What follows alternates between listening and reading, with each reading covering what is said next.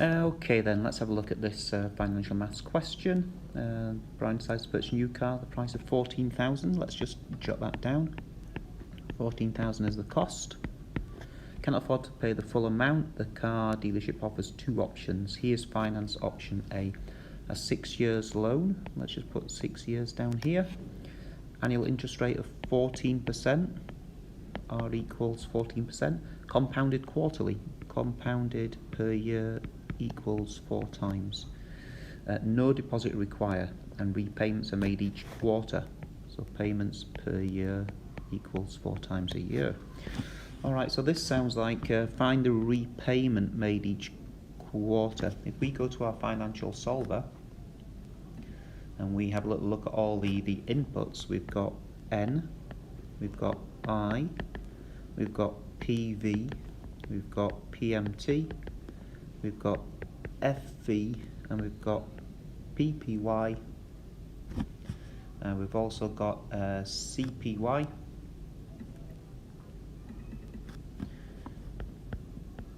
and we've got payment at. This is going to be always set to end. Now let's just think about how we put the right numbers in the right place. So the interest rate is 14, okay, and that's per year, and the compounding periods are 4 times per year. 14,000, okay, so this is the actual present value of the loan we receive. So we receive 14,000 from the finance company to help pay for this car. Then the final value, we want to pay it all back.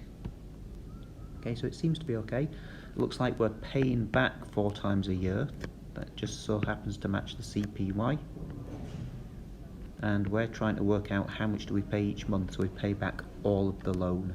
So now we've got to think about this here as well.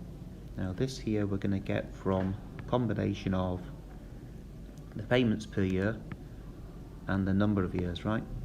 So how many payments in total do we make? Well, 6 years, 4 payments per year. 6 times 4 equals 24.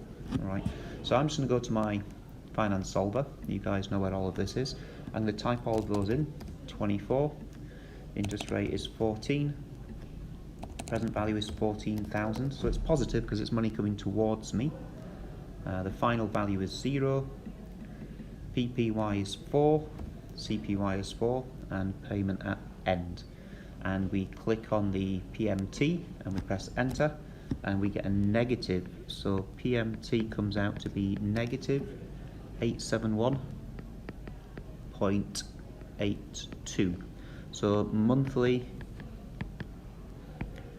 payment obviously falls away from us, but we just put monthly payment is 871.82, and this is euros.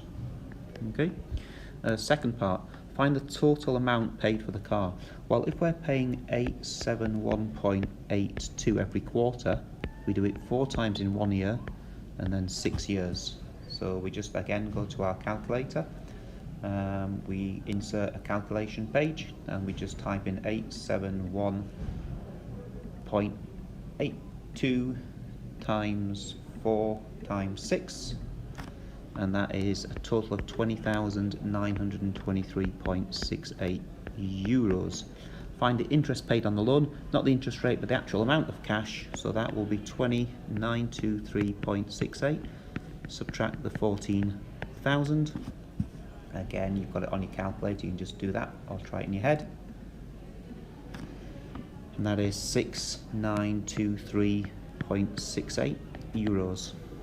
Okay, now here, finance option B, a 6-year loan at a nominal interest rate. So that's just the number. Nominal means the actual interest rate, R% compounded monthly.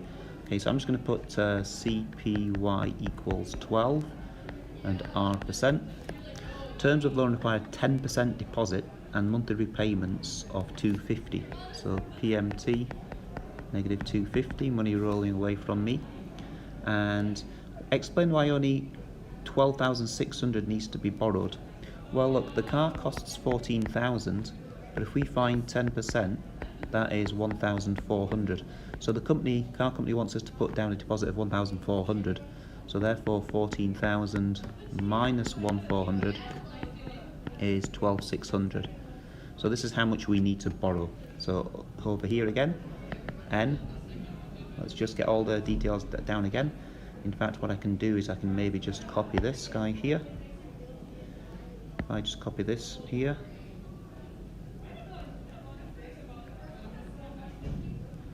if I just paste this back across here, alright, we just try fill this in. Alright then, let's give this a go now. Okay, we need to find R. Terms of the loan require 10% deposit, and it's a 6-year loan, so 6 years, and we are paying back monthly, so PPY is 12. Okay, so this is 6 times 12 equals 72, so we pay back 72 times. This is R, we don't know what it is. The amount of loan is 12,600. The payment is how much we pay per month, is minus 250. The final value is 0. Payments per year is 12, and also the compounding period is 12, and the payment at end. So let's get that in our calculator again, one more time. And menu, finance solver, and let's just type all the numbers in. 72 for N. R is what we're trying to find.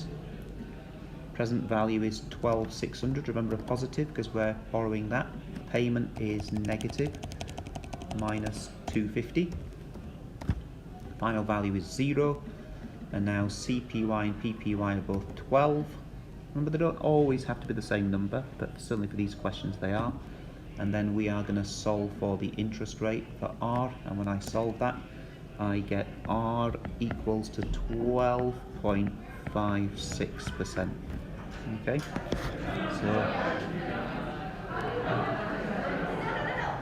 so this next bit then is the final bit, is state which option Brian should choose and justify your answer.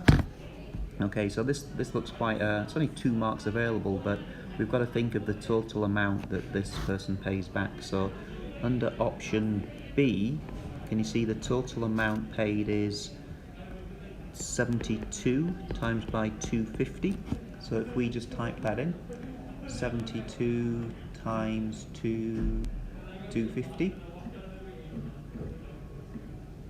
we actually pay 18,000 back. Don't forget we also pay the 1,400 deposit, so we're paying 19,400 effectively for the car overall. And under option A, if we just go back, the total amount, can you see there, is 20,923.